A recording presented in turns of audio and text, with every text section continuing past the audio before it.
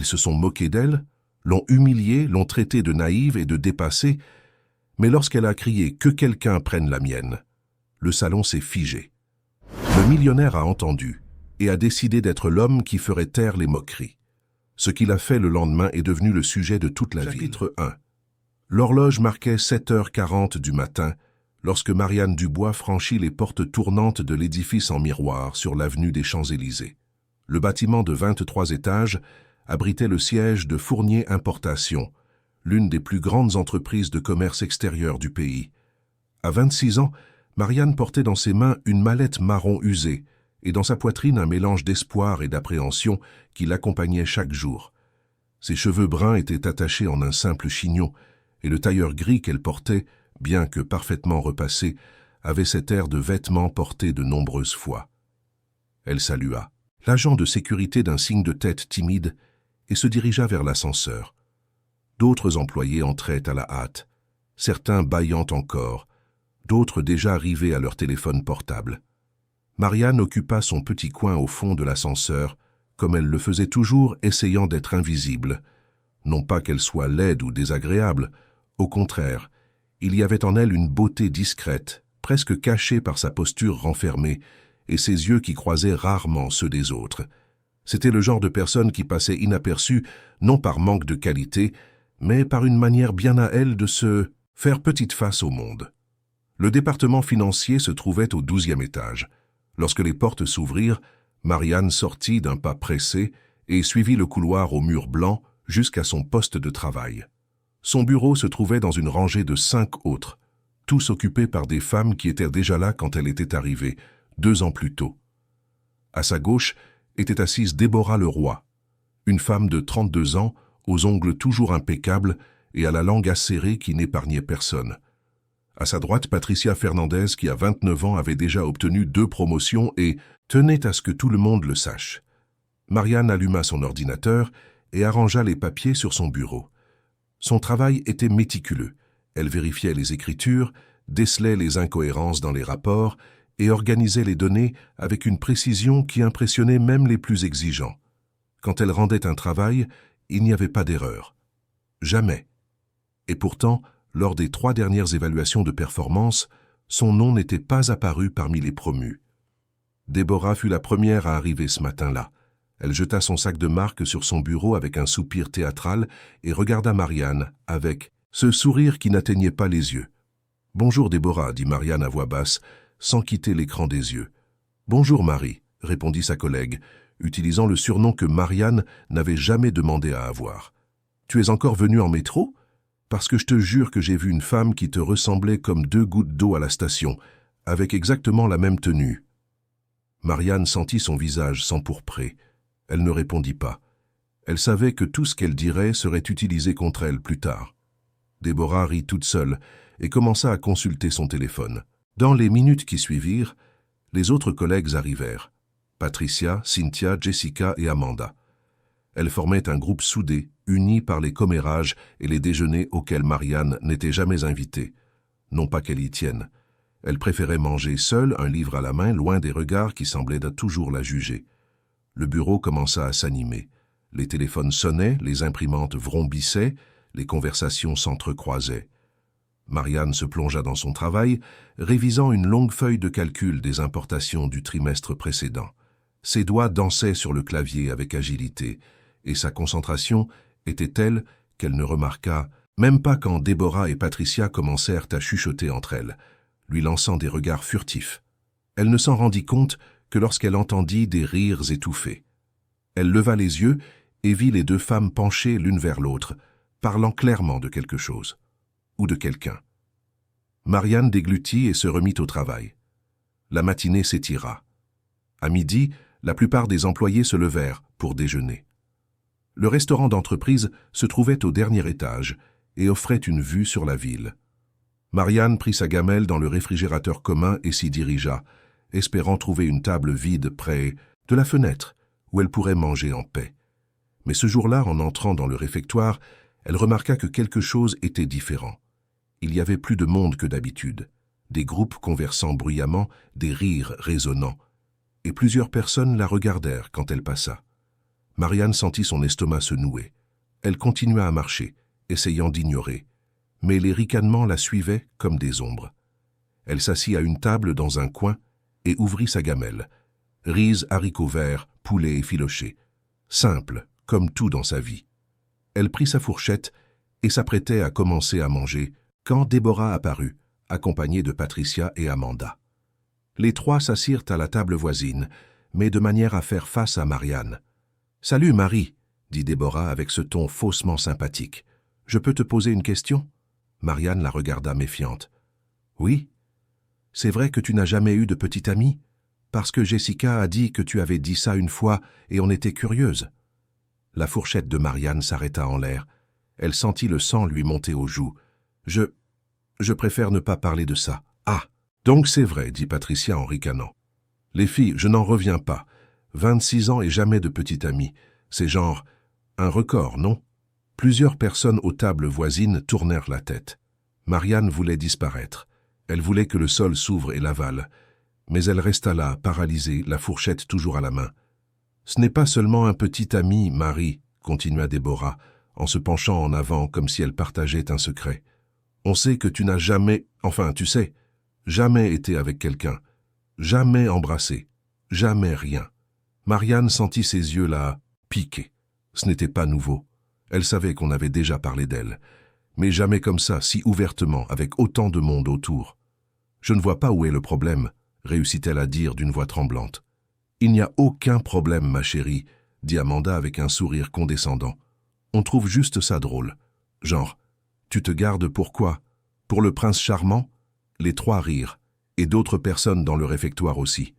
Marianne baissa la tête, feignant de manger, mais la nourriture ne passait pas. Elle avait une boule dans la gorge qui semblait impossible à défaire. « Vous savez ce que je pense ?» dit Patricia en haussant la voix pour que plus de gens entendent. « Je pense que Marie a peur de ne pas savoir comment faire, de ne pas être assez bien. C'est pour ça qu'elle préfère faire semblant que c'est un choix. » Plus de rire. Marianne ferma les yeux. Elle respira profondément. Elle essaya de se concentrer sur n'importe quoi d'autre que cette humiliation publique, mais les voix continuaient, implacables. « Ou peut-être qu'elle attend quelqu'un de spécial, » suggéra Déborah. « Genre, je ne sais pas, le patron de l'entreprise. Imaginez, la Sainte Nitouche est l'homme le plus riche de Paris. » Cela provoqua une explosion d'éclats de rire. Marianne sentit quelque chose se briser en elle. C'était comme si chaque rire était un coup de marteau sur sa dignité. Elle avait beaucoup enduré. Elle avait avalé les commentaires méchants, les regards dédaigneux, les exclusions silencieuses. Mais cela dépassait les limites. Et soudain, sans réfléchir, sans planifier, elle se leva de sa chaise. Le bruit de la chaise raclant le sol fit taire tout le réfectoire un instant. Toutes les attentions se tournèrent vers elle. Marianne regarda Déborah, Patricia, Amanda. Ses yeux étaient pleins de larmes, mais il y avait aussi quelque chose de nouveau, de la colère. Une colère qui venait d'un endroit profond, qui avait été réprimée trop longtemps. « Vous voulez savoir la vérité ?» dit-elle, et sa voix, bien que tremblante, résonna dans le réfectoire. « Vous voulez tellement tout savoir sur ma vie ? Alors je vais vous le dire. Oui, je suis vierge. Oui, je n'ai jamais été avec personne. Et vous savez pourquoi? Parce que je l'ai voulu, parce que je l'ai choisi, parce que je n'ai pas besoin de l'approbation de qui, que ce soit pour vivre ma vie comme je l'entends. » Le silence était absolu maintenant. Personne n'osait l'interrompre. « Mais puisque ça vous dérange tant, puisque vous n'arrêtez pas d'en parler, alors d'accord, que quelqu'un me dépucelle et qu'on en finisse. Voilà. Satisfaite maintenant. » Les mots sortirent dans un cri désespéré. Marianne tremblait. Des larmes coulaient sur son visage. Elle ne savait même pas ce qu'elle venait de dire. Elle savait seulement qu'elle avait explosé, qu'elle avait perdu le contrôle, qu'elle avait exposé sa douleur de la manière la plus crue possible. Le réfectoire resta dans un silence de mort. Personne ne riait plus. Certains regardèrent le sol, gênés. D'autres chuchotaient entre eux. Déborah, Patricia et Amanda étaient blêmes, ne sachant que faire ou dire. Marianne prit sa gamelle, la jeta à la poubelle et quitta le réfectoire. Ses pas étaient rapides, désespérés. Elle voulait sortir de là, fuir, ne plus jamais revenir. Elle entra dans les toilettes pour femmes les plus proches, s'enferma dans une cabine et s'effondra. Elle pleura comme elle n'avait pas pleuré depuis des années. Elle sanglotait adossée au mur froid, sentant l'humiliation brûler chaque fibre de son corps. Elle ne savait pas combien de temps elle était restée là. Peut-être 10 minutes, peut-être 20. Quand elle réussit enfin à se ressaisir un minimum, elle se lava le visage, tenta de dissimuler ses yeux gonflés et retourna à son bureau. Le reste de l'après-midi fut un brouillard. Elle travailla en pilote automatique, sans regarder sur les côtés, sans parler à personne. Mais ce que Marianne ne savait pas, c'est que son explosion dans le réfectoire n'était pas passée inaperçue seulement des personnes présentes. Il y avait quelqu'un d'autre, quelqu'un qui descendait rarement au réfectoire, mais qui ce jour-là, par un caprice du destin, avait décidé de passer par là. Raphaël Fournier avait 38 ans et était le propriétaire de Fournier Importation. Il avait hérité de l'entreprise de son père à 25 ans et depuis avait transformé une affaire régionale en un empire national. Il était connu pour son attitude sérieuse, son perfectionnisme implacable et son dévouement total au travail.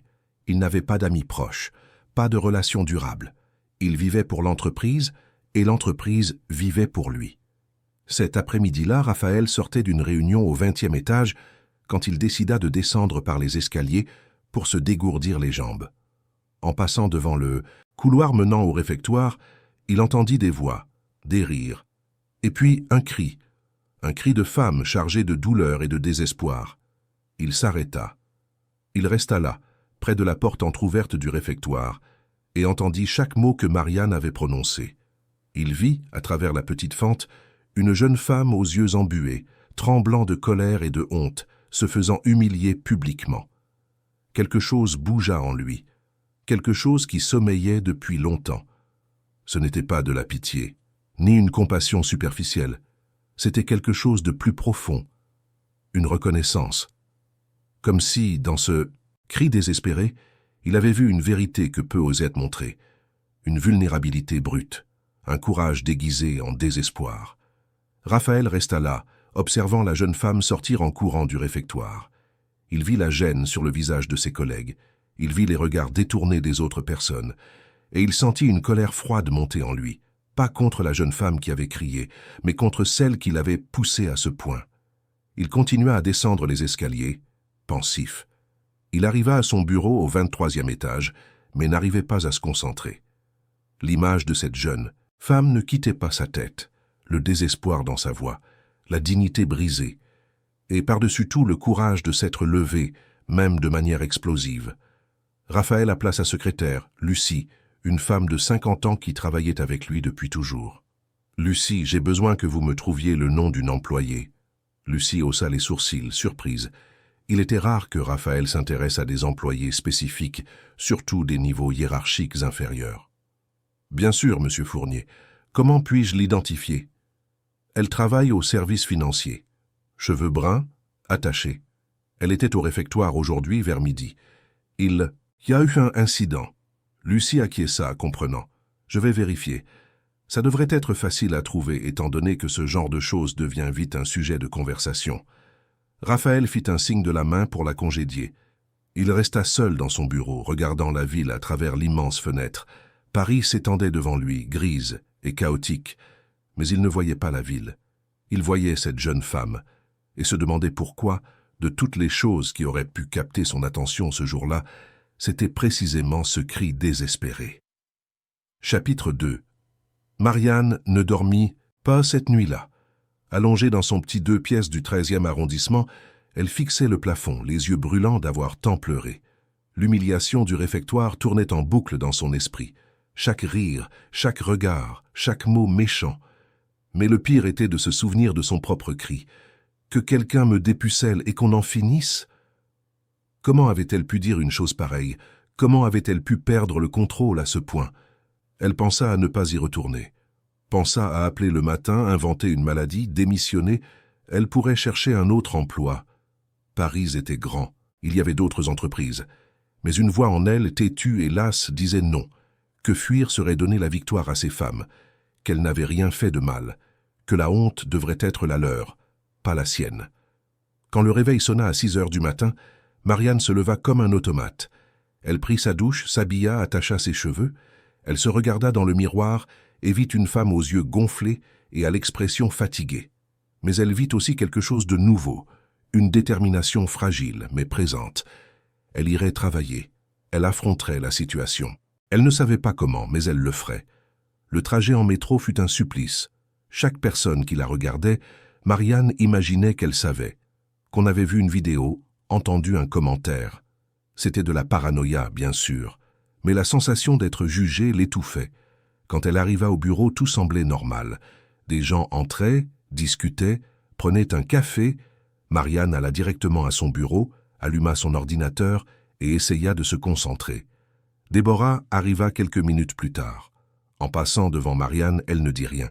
Ni bonjour, ni salut. Elle se dirigea simplement vers son bureau avec une expression neutre. Patricia et les autres arrivèrent aussi, et le même schéma se répéta. Le silence, comme si Marianne était devenue vraiment invisible. Une partie d'elle fut soulagée. Elle préférait le silence au mépris. Mais une autre partie ressentit une étrange pointe de douleur. C'était comme si on l'avait complètement effacée. La journée s'éternisa. Marianne travailla la tête baissée, révisant des rapports, vérifiant des chiffres. À l'heure du déjeuner, elle resta à son bureau. Elle n'envisagea même pas d'aller au réfectoire. Elle mangea une barre de céréales qu'elle avait dans son sac et continua à travailler. Mais à 15h, quelque chose d'inattendu se produisit. Lucie, la secrétaire du patron de l'entreprise, apparut au service financier. C'était une figure connue et respectée. Quand elle entrait dans un service, c'est que quelque chose d'important se passait. « Marianne Dubois ?» demanda Lucie en regardant autour d'elle. Marianne leva la tête, surprise. « C'est moi. Monsieur Fournier aimerait vous parler. Maintenant, si possible. » Le monde de Marianne s'arrêta. Raphaël Fournier, le patron de l'entreprise. L'homme qu'elle n'avait vu que 2 fois en 2 ans, toujours de loin, toujours entouré de cadres. Pourquoi voudrait-il lui parler? Déborah et Patricia échangèrent des regards. Les chuchotements commencèrent immédiatement. Marianne se leva, les jambes flageolantes. Elle suivit Lucie jusqu'à l'ascenseur, essayant de contrôler sa respiration. Son cœur battait si fort qu'elle était sûre que tout le monde pouvait l'entendre. « Vous savez pourquoi il veut me voir ?»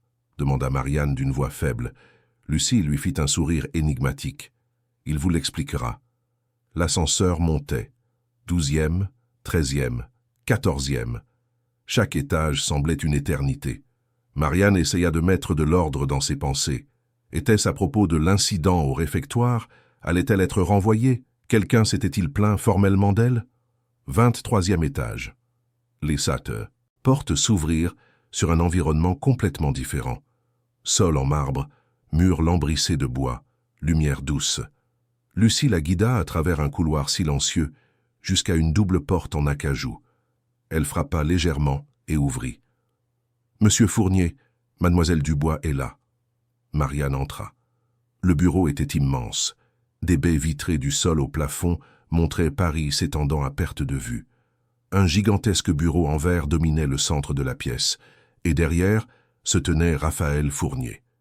Il était plus grand que Marianne ne l'avait imaginé.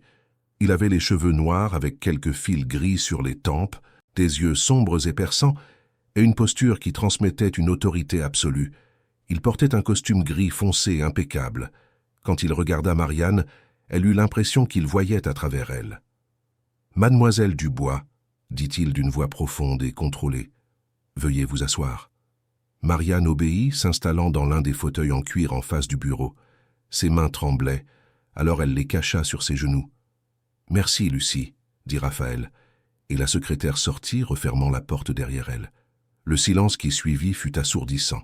Raphaël continuait de regarder Marianne comme s'il l'étudiait. Elle ne savait où poser les yeux. Elle regarda le bureau, les fenêtres, n'importe où sauf cet homme intimidant. « Vous travaillez au service financier depuis 2 ans, c'est exact ?» demanda-t-il finalement. « Oui, monsieur. Et votre travail consiste à réviser les écritures et les rapports d'importation. »« C'est exact, monsieur. » Il hocha la tête. « J'ai consulté certains des rapports que vous avez préparés ces derniers mois. Ils sont impeccables, précis, détaillés. Vous avez un talent pour les chiffres. » Marianne cligna des yeux, surprise. « Merci, monsieur. Mais malgré cela, vous n'avez jamais été promu. »« Pourquoi ?» La question prit Marianne par surprise. Elle ne savait pas quoi répondre. Je ne sais pas, monsieur. Pensez-vous que c'est par manque de compétences? Non, monsieur, je fais bien mon travail, je le sais. Alors pourquoi pensez-vous être toujours écarté des promotions? Marianne déglutit. Elle avait 1000 réponses possibles, mais aucune qu'elle ne puisse dire à voix haute, parce qu'elle ne se mettait pas en avant, parce qu'elle ne faisait pas partie des petits groupes, parce qu'elle était timide, parce qu'elle n'avait pas les bonnes relations. « Je ne sais pas, monsieur, répéta-t-elle. Raphaël s'adossa à son fauteuil. « Moi, je sais. C'est parce que vous ne vous imposez pas. Vous laissez les autres vous marcher dessus. Et quand vous réagissez enfin, c'est d'une manière qui finit par être contre-productive. » Marianne sentit son visage s'empourprer. Il savait pour le réfectoire, pour le cri, pour tout. L'humiliation revint comme une vague. « Je suis désolé, monsieur. J'ai perdu le contrôle. Ça n'arrivera plus. »« Vous avez mal compris, » dit Raphaël en se penchant en avant. « Je ne vous réprimande pas. Je vous observe. Il y a une différence. » Marianne leva les yeux confuses. « Vous m'observez? » ?»« Oui. Vous avez été humilié publiquement. Et au lieu d'accepter en silence, vous avez réagi. C'était une réaction désespérée, peut-être pas la plus intelligente, mais c'était une réaction. Beaucoup de gens dans cette entreprise avalent des injustices tous les jours et ne disent jamais rien. Vous avez parlé. Ce n'est pas quelque chose dont je suis fier, murmura Marianne. Raphaël resta silencieux un moment, puis il se leva et se dirigea vers la fenêtre. Le dos tourné, il dit « J'ai perdu quelqu'un il y a de nombreuses années. Quelqu'un qui comptait beaucoup pour moi. Elle était comme vous, douce, dévouée, talentueuse, mais elle ne s'imposait jamais. Elle laissait les autres la rabaisser. Et quand elle a finalement voulu réagir, quand elle a finalement voulu montrer sa valeur, il était trop tard. » Marianne ne savait que dire. Cette conversation prenait une tournure qu'elle ne comprenait pas. Raphaël se retourna vers elle. « C'est pour ça que je vous ai fait venir. Je veux vous proposer quelque chose. Une chance. Vous allez travailler directement pour moi, vous serez mon assistante sur des projets de spéciaux. Vous apprendrez le fonctionnement de l'entreprise d'une manière que peu de gens ont l'occasion de connaître. » Marianne était paralysée. Assistante? De lui? Cela n'avait aucun sens. Monsieur, je ne comprends pas. Pourquoi? Pourquoi moi? Parce que j'ai vu en vous quelque chose que la plupart ne voient pas. J'ai vu du courage là où d'autres voient de la faiblesse. Et parce que je crois que vous méritez une chance qui ne vous a jamais été donnée. Mais ça va causer des problèmes. Les gens vont parler. Ils vont penser que vous quoi? L'interrompit-il, avec une fermeté qui la fit taire. Que vous ne le méritez pas, que vous avez été favorisé. Laissez-les parler. Ce qui compte, c'est de savoir si vous êtes prête à accepter. Marianne le regarda. Cet homme puissant, distant, qui semblait tout avoir, et il lui offrait une opportunité qui pourrait changer sa vie. Mais il y avait quelque chose dans ses yeux, quelque chose qu'elle n'arrivait pas à déchiffrer. Ce n'était pas seulement de l'intérêt professionnel, il y avait autre chose. « J'accepte, dit-elle avant que la peur ne la fasse reculer. « J'accepte, monsieur Fournier. » Raphaël hocha la tête. « Très bien. Vous commencez lundi. Lucie vous donnera tous les détails. Vous pouvez y aller maintenant. » Marianne se leva, encore abasourdie. Arrivée à la porte, il la rappela.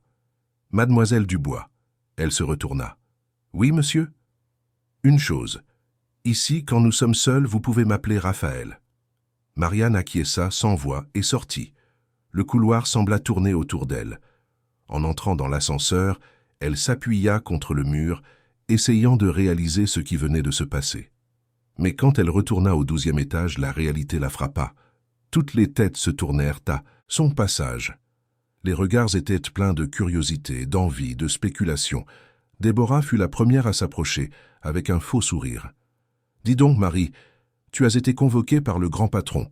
Tout va bien ?»« Tout va bien, » répondit Marianne, essayant de paraître neutre. « De quoi voulait-il parler ?»« D'affaires. » Déborah plissa les yeux. « Quel genre d'affaires ?» Marianne s'assit à son bureau et alluma son ordinateur. « Je préfère ne pas en parler. » La réponse ne plut pas. Déborah retourna à sa place, mais ne cessa de lancer des regards en direction de Marianne. Et bientôt, les chuchotements commencèrent, des murmures que Marianne faisait semblant de ne pas entendre. Elle savait ce qu'elle pensait, elle savait ce qu'elle disait, mais peu importait. Pour la première fois en 2 ans, elle avait quelque chose qu'elle n'avait pas.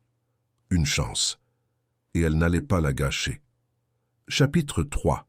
Le week-end fut une montagne russe d'émotions pour Marianne. Entre l'anxiété pour son nouveau poste et l'insécurité sur ce que cela signifiait vraiment, elle parvint à peine à se détendre. Elle passa le samedi à nettoyer compulsivement son appartement, essayant de calmer son esprit. Le dimanche, elle alla à la messe à l'église de son quartier, comme elle le faisait tous les dimanches depuis son arrivée à Paris. Elle pria pour obtenir la sagesse, le courage et le discernement. Elle ne savait pas vraiment ce qu'elle demandait, mais elle avait besoin de quelque chose de plus grand qu'elle pour affronter ce qui l'attendait. Lundi arriva avec un ciel gris et une bruine fine typique de Paris. Marianne choisit avec soin la tenue qu'elle porterait. Rien de trop voyant, mais rien non plus qui la ferait paraître négligée. Elle opta pour un pantalon de tailleur noir et un chemisier blanc simple. Elle attacha ses cheveux en une queue de cheval et mit un peu de mascara. Elle se regarda dans le miroir. Elle avait l'air professionnelle, compétente, même si à l'intérieur, elle tremblait. En arrivant au bureau, elle se rendit directement au 23e étage, comme Lucie le lui avait indiqué par email. La secrétaire l'accueillit avec un sourire chaleureux. « Bonjour Marianne. Soyez la bienvenue. Je vais vous montrer votre nouveau poste de travail. » Lucie la guida par un couloir latéral jusqu'à un bureau plus petit, mais néanmoins beaucoup plus spacieux et mieux décoré que tous ceux que Marianne n'avait jamais eus. Il y avait un bureau en bois clair, un ordinateur neuf, une chaise ergonomique confortable et une fenêtre avec vue sur la ville. « Voici votre bureau. Monsieur Fournier a demandé que vous ayez votre propre espace pour pouvoir vous concentrer. Il vous briefera sur les premiers projets dans quelques minutes. » Marianne regarda autour d'elle, n'en croyant toujours pas ses yeux. « Merci, Lucie. Je ne sais pas quoi dire. Vous n'avez rien à dire. Vous devez juste faire de votre mieux. » Et entre nous, ajouta-t-elle en baissant la voix, « Monsieur Fournier ne fait pas ce genre de choses sans raison. S'il vous a choisi, c'est qu'il a vu un vrai potentiel. » Avant que Marianne ne puisse répondre, Raphaël apparut à la porte. « Bonjour. » Les 2 femmes se tournèrent. « Bonjour, monsieur Fournier, » dit Marianne, sentant son cœur s'accélérer. « Lucie, pouvez-vous nous laisser ?» demanda-t-il. Lucie acquiesça et sortit, fermant la porte. Raphaël entra dans la pièce et regarda autour de lui, évaluant. « Vous êtes bien installé ici ?»« Oui, monsieur, très bien, merci. »« Parfait. Alors allons droit au but. » Il tira une chaise et s'assit, ce qui surprit Marianne. C'était étrange de le voir si proche, sans la barrière de son immense bureau. « Je restructure certains processus dans l'entreprise. Je veux réviser d'anciens contrats, identifier les goulots d'étranglement opérationnels et optimiser les coûts. Pour cela, j'ai besoin de quelqu'un qui comprend les chiffres, qui est méticuleux et qui a un esprit critique. Vous remplissez ces conditions. » Marianne hocha la tête, essayant de tout absorber. « Je comprends. Par où est-ce que je commence ?» Raphaël sortit un dossier de son blazer et le posa sur la table. « Voici les contrats des 5 dernières années avec nos principaux fournisseurs. Je veux que vous analysiez chacun d'eux, que vous identifiez les clauses qui peuvent être renégociées et que vous signaliez toute incohérence. Vous avez 2 semaines. 2 semaines. » Marianne regarda le dossier. Il semblait épais, plein de documents. Mais elle avait déjà géré ce genre de choses. Elle pouvait le faire. « Je vais commencer tout de suite. » Raphaël la regarda un instant. Il y avait quelque chose dans ce regard qui mettait Marianne mal à l'aise, mais pas d'une mauvaise manière. C'était comme s'il essayait de la comprendre, de la déchiffrer. « Je peux vous poser une question ?» dit-il soudainement. Marianne hésita. « Bien sûr. » « Pourquoi n'avez-vous jamais demandé de promotion? Pourquoi n'avez-vous jamais revendiqué vos droits ?» La question la prit au dépourvu. Elle réfléchit avant de répondre. « Je suppose que j'ai toujours pensé que mon travail parlerait de lui-même, que si je le faisais bien, je serais reconnue naturellement. Et ça n'a pas été le cas. »« Non, » admit Marianne, la gorge nouée. « Vous savez pourquoi? Parce que le monde ne fonctionne pas comme ça. Le talent sans voix est un talent gaspillé. Vous devez apprendre à vous imposer, à montrer votre valeur. Et c'est ce que je vais vous apprendre pendant que nous travaillerons ensemble. » Marianne le regarda, ressentant quelque chose d'étrange. De la gratitude peut-être, ou de l'espoir. « Merci, Raphaël, vraiment. » Il se leva. « Ne me remerciez pas encore. Remerciez-moi quand vous obtiendrez des résultats. Et, Marianne, si vous avez besoin de quoi que ce soit, le moindre doute, ma porte est toujours ouverte. » Quand il sortit, Marianne resta seule avec le dossier de contrat. Elle ouvrit la première page et se plongea dans le travail. Les heures passèrent sans qu'elle s'en aperçoive. Chiffres, clauses, termes techniques. C'était le genre de travail qu'elle aimait. Méticuleux, précis, exigeant une attention totale. Lucie apparut à midi avec une gamelle. « Monsieur Fournier m'a demandé de vous apporter le déjeuner. Il a dit que vous oublieriez probablement de manger. » Marianne regarda l'horloge, surprise. Il était déjà midi. « Oh, merci beaucoup. J'avais vraiment oublié. » Lucie sourit. « Il a un bon instinct avec les gens. Mangez tranquillement et reposez-vous un peu. Le travail ne va pas s'enfuir. » Quand elle fut de nouveau seule, Marianne ouvrit le plat. Saumon grillé, riz complet, légumes vapeur. C'était un repas bien meilleur que tout ce qu'elle avait l'habitude de manger. Elle mangea lentement, regardant par la fenêtre. La ville bouillonnait en bas. Des millions de personnes vivant leur vie, chacune avec ses problèmes et ses rêves. Et elle était là, à 26 ans, dans un bureau au 23e étage, avec une chance qu'elle n'aurait jamais imaginé avoir. Mais tandis qu'elle savourait ce moment, une ombre plana sur ses pensées. En bas, au 12e étage, elle savait que Déborah, Patricia et les autres parlaient d'elle, élaborant des théories, répandant leur venin, et cette idée la dérangeait plus qu'elle ne voulait l'admettre. Et elle avait raison. À ce moment précis, au service financier, l'ambiance était à la pure spéculation. Déborah consultait distraitement son téléphone, mais ses yeux lançaient des regards fréquents vers le bureau vide de Marianne. Patricia, assise à côté, ne pouvait se contenir. C'est absurde, complètement absurde. Comment ça, Marianne est devenue l'assistante du patron du jour au lendemain? Évidemment qu'il y a quelque chose, dit Déborah avec un sourire méchant. Elle lui a fait du rentre-dedans. Je parie qu'elle est allée pleurer sur son épaule, jouer les pauvres petites choses. Amanda, qui écoutait, se joignit à la conversation. Vous avez vu comment il la regardait quand il est venu la chercher vendredi? Il y avait quelque chose d'étrange. Personne ne regarde une employée de cette façon. Peut-être qu'elle n'est pas aussi sainte ni touche qu'elle le prétend, suggéra Cynthia d'un autre bureau. Peut-être que tout ce discours de vierge n'est qu'une stratégie, se faire désirer pour attirer l'attention. Les quatre rirent, mais c'était un rire amer, plein d'une jalousie à peine déguisée. Et pendant qu'elle spéculait, une cinquième personne écoutait tout en silence. Jessica Prado avait 34 ans et était la plus ancienne du service. Contrairement aux autres, elle n'avait jamais participé activement aux humiliations contre Marianne. Non pas parce qu'elle était particulièrement sympathique à sa collègue, mais parce qu'elle avait trop de problèmes personnels pour se soucier de ceux des autres. Mais maintenant, en entendant cela, Jessica ressentit quelque chose de différent, de la colère. Pas contre Marianne, mais contre Raphaël Fournier. Car 3 ans plus tôt, elle avait eu une brève liaison avec lui. C'était lors d'une soirée de fin d'année de l'entreprise. Boisson, musique et un moment de faiblesse de part et d'autre. Ils avaient passé une nuit ensemble. Une seule. Le lendemain, il avait agi comme si de rien n'était. Professionnel, distant, froid. Jessica avait tenté de se rapprocher à nouveau, mais avait été subtilement repoussée. Finalement, elle avait abandonné. Mais la rancœur était restée. Et maintenant, il accordait une attention particulière à Marianne? La petite timide qui n'avait jamais rien eu avec personne? C'était une insulte, une humiliation personnelle. Jessica commença à élaborer un plan. Si Raphaël voulait jouer à ce jeu, elle lui montrerait qui méritait vraiment son attention, et au passage, elle remettrait cette Marianne à sa place. Pendant ce temps, au 23e étage, Marianne continuait de travailler, ignorant les tempêtes qui se formaient autour d'elle. À 18 heures, quand elle leva enfin les yeux de ses documents, elle réalisa qu'elle était seule à l'étage. Tout le monde était déjà parti. Elle organisa ses papiers, prit son sac et se dirigea vers l'ascenseur. Mais en passant devant le bureau de Raphaël, elle vit que la porte était entr'ouverte et la lumière allumée. Elle hésita. Devait-elle lui dire au revoir? Serait-ce étrange? Avant qu'elle ne puisse se décider, sa voix vint de l'intérieur. « Marianne, vous partez déjà ?» Elle poussa doucement la porte. « Oui, il se fait tard, je pensais. »« Entrez, » l'interrompit-il.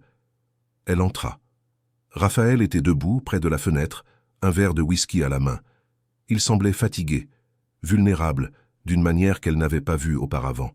« Comment s'est passée cette première journée ?» demanda-t-il. « Productive. J'ai déjà révisé la moitié des contrats.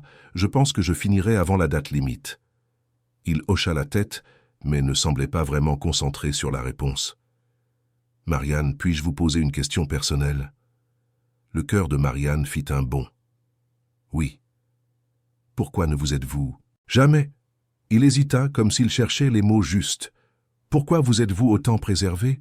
D'une manière qui a fait de vous la cible de tant de moqueries. » La question était trop intime, indiscrète, mais il y avait quelque chose dans la façon dont il l'avait posée, une curiosité sincère, qui poussa Marianne à répondre avec honnêteté. « Parce que je voulais trouver quelque chose de vrai. Je ne voulais pas simplement suivre le mouvement, faire ce que tout le monde fait parce que c'est attendu. Je voulais que ça ait un sens. Ça semble stupide. » Raphaël resta silencieux un long moment. Puis il murmura « Non, ça ne semble pas stupide. Ça semble rare et courageux. » Marianne sentit son visage s'empourprer. « Je devrais y aller. Il est tard et... »« Attendez, » dit-il en faisant un pas vers elle. « Je sais que cela peut paraître étrange, mais j'aimerais dîner avec vous, pas comme un patron et son employé, comme deux personnes qui ont peut-être besoin de compagnie. » Le monde de Marianne s'arrêta. Était-ce réel? Était-ce en train de se produire? « Raphaël, je ne sais pas si c'est approprié. »« Ça ne l'est pas, admit-il. Mais ça m'est égal. Et vous ?» Marianne le regarda. Cet homme puissant, riche, qui pourrait avoir n'importe quelle femme. Et il était là, lui demandant sa compagnie. C'était de la folie. C'était risqué. Mais c'était aussi la chose la plus excitante qui lui soit arrivée dans sa vie. « D'accord, dit-elle à voix basse. J'accepte. » Chapitre 4. Le restaurant se trouvait dans un quartier chic, loin du centre et des regards curieux. Raphaël avait choisi un endroit discret, élégant, avec un éclairage doux et une musique instrumentale en fond sonore. À leur arrivée, le maître d'hôtel les accueillit par leur nom, confirmant que Raphaël était un client régulier. Ils furent conduits à une table dans un coin, isolé des autres, où ils pourraient converser en toute intimité. Marianne se sentait déplacée. Sa simple robe en coton semblait inadéquate face à la sophistication de l'endroit. Mais Raphaël ne parut pas le remarquer, ou s'il le remarqua, il n'en tint pas compte. « Vous venez souvent ici ?» demanda Marianne, essayant d'engager la conversation tout en parcourant le menu. Les prix l'effrayèrent. Un plat coûtait plus que ce qu'elle dépensait en nourriture en une semaine. De temps en temps, quand j'ai besoin de réfléchir, la nourriture est bonne et personne ne me dérange. Ce doit être agréable d'avoir un tel endroit. Raphaël esquissa un sourire discret. Parfois la solitude est confortable, mais parfois elle est juste vide. Marianne le regarda, essayant de déchiffrer ce que cela signifiait. Avant qu'elle ne puisse demander, le serveur apparut pour prendre leur commande. Raphaël commanda pour eux deux, choisissant des plats qu'il savait qu'elle apprécierait. La familiarité avec laquelle il le faisait était étrange, mais aussi réconfortante. Lorsqu'ils furent de nouveau seuls, Raphaël se pencha légèrement en avant. « Parlez-moi de vous, de votre vie avant l'entreprise, de ce qui vous a amené à Paris. » Marianne n'avait pas l'habitude de parler d'elle-même, mais quelque chose ce soir-là, dans cette ambiance intime, fit couler les mots. Elle raconta son enfance en Provence, dans un petit village où tout le monde se connaissait. Ses parents, propriétaires d'une petite épicerie, qui travaillaient du matin au soir pour donner une éducation à leurs enfants. Comment elle avait toujours été douée en mathématiques, comment elle avait obtenu une bourse pour étudier la gestion à Aix-en-Provence, et comment elle avait ensuite déménagé à Paris à la recherche de meilleures opportunités. « Et vos attentes ont-elles été comblées ?» demanda Raphaël. Marianne eut un rire sans joie. « Pas exactement. Je pensais que ce serait plus facile, que la compétence suffirait. Mais j'ai réalisé que le monde est plus compliqué que je ne le pensais. C'est vrai, acquiesça Raphaël, et souvent injuste. Le repas arriva. C'était délicieux. Marianne mangea lentement, savourant chaque bouchée, mais aussi attentive à la conversation. Raphaël parla un peu de lui aussi, de la façon dont il avait hérité de l'entreprise trop jeune sans être préparé, de la façon dont il avait dû tout apprendre par lui-même, commettant des erreurs et des réussites en cours de route, de la façon dont le travail était devenu sa seule constante dans une vie pleine d'incertitudes. « Vous n'avez jamais voulu construire quelque chose en dehors du travail ?» demanda Marianne. « Une famille, peut-être ?» Le visage de Raphaël se ferma un instant. « Il y a eu un moment où je l'ai voulu, mais les choses ne se sont pas passées comme prévu. » Marianne réalisa qu'elle avait touché un point sensible. « Désolé, je n'aurais pas dû demander. Non, ce n'est rien. » Il prit une gorgée de vin. « J'ai eu quelqu'un, il y a longtemps. J'étais jeune, amoureux. Je pensais que nous avions tout l'avenir devant nous. Mais elle est partie. Et après ça, j'ai simplement arrêté d'essayer. »« Partie ?» répéta Marianne, confuse. Raphaël resta silencieux un long moment. Quand il reprit la parole, sa voix était différente, plus basse, chargée d'une tristesse ancienne. « Elle est décédée dans un accident. Nous étions ensemble depuis 2 ans. J'avais 28 ans. Elle en avait 26, le même âge que vous avez maintenant. » Marianne sentit sa poitrine se serrer. « Je suis vraiment désolé, Raphaël. » Il hocha la tête. « C'était il y a longtemps. Mais il y a des cicatrices qui ne disparaissent pas. Après elle, j'ai eu quelques relations, mais rien qui n'ait vraiment compté. Rien qui n'ait eu de sens. J'ai fini par me convaincre que c'était plus simple comme ça. Seul, concentré sur le travail. Et maintenant ?» Il la regarda, et il y avait quelque chose de différent dans ce regard, quelque chose d'intense. « Maintenant, je commence à remettre en question ses choix. » L'air entre eux devint chargé. Marianne sentait son cœur battre, la chamade. Elle ne savait que dire, comment réagir. Cela se passait trop vite. C'était trop intense. Raphaël perçut son malaise. « Excusez-moi, je suis trop lourd. Changeons de sujet. » Le reste du dîner se déroula de manière plus légère. Ils parlèrent de livres, de films, de musique. Ils découvrirent qu'ils avaient des goûts étonnamment similaires. Ils riaient des mêmes blagues. Et Marianne se détendit, se sentant de plus en plus à l'aise. Quand ils sortirent du restaurant, il était plus de 22 heures. Raphaël insista pour la raccompagner chez elle. Dans la voiture, une BMW noire impeccable, le silence, était confortable.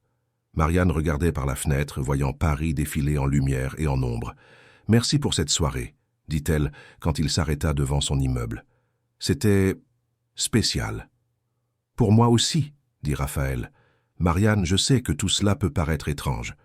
Je suis votre patron, vous êtes mon employé. Il y a une différence d'âge, de position. Mais j'aimerais continuer à vous voir, en dehors du travail. Si vous le voulez, bien sûr. » Marianne le regarda. Il y avait de la sincérité dans ses yeux et de la vulnérabilité. « J'aimerais aussi. » Il sourit. C'était la première fois qu'elle le voyait vraiment sourire, et cela changeait complètement son visage. Le rendait plus jeune, plus accessible. « Alors à demain. Reposez-vous bien. » Marianne sortit de la voiture et monta dans son appartement en flottant. Cette soirée avait été comme un rêve.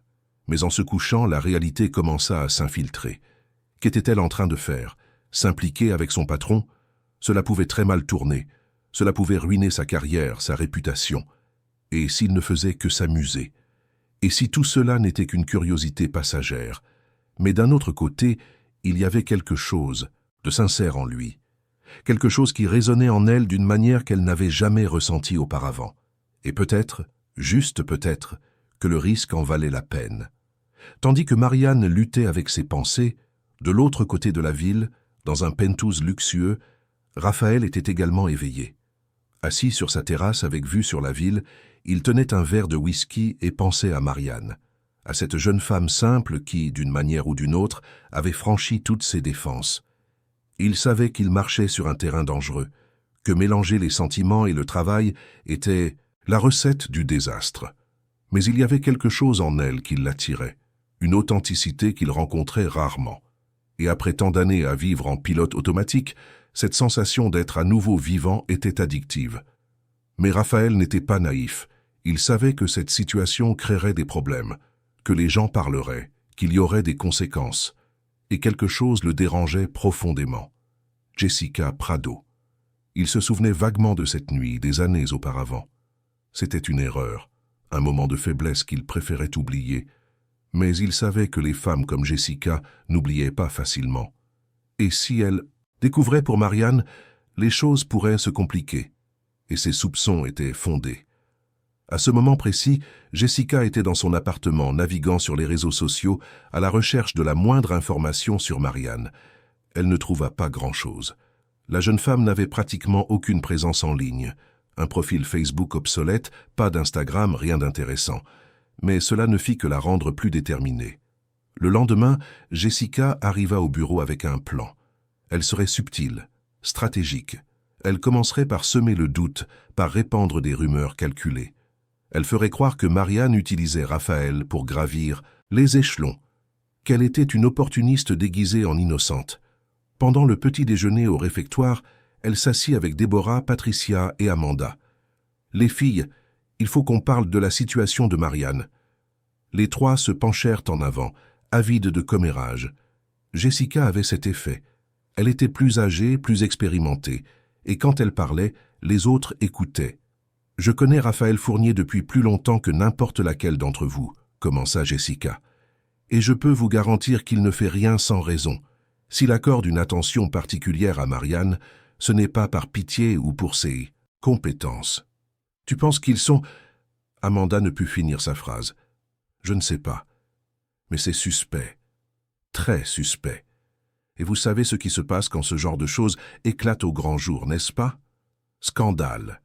Licenciement, poursuite pour harcèlement. »« Mais si c'est elle qui lui a fait du rentre-dedans, » suggéra Déborah. « Exactement, » acquiesça Jessica avec un sourire méchant. « Et quelqu'un doit protéger l'entreprise de ça.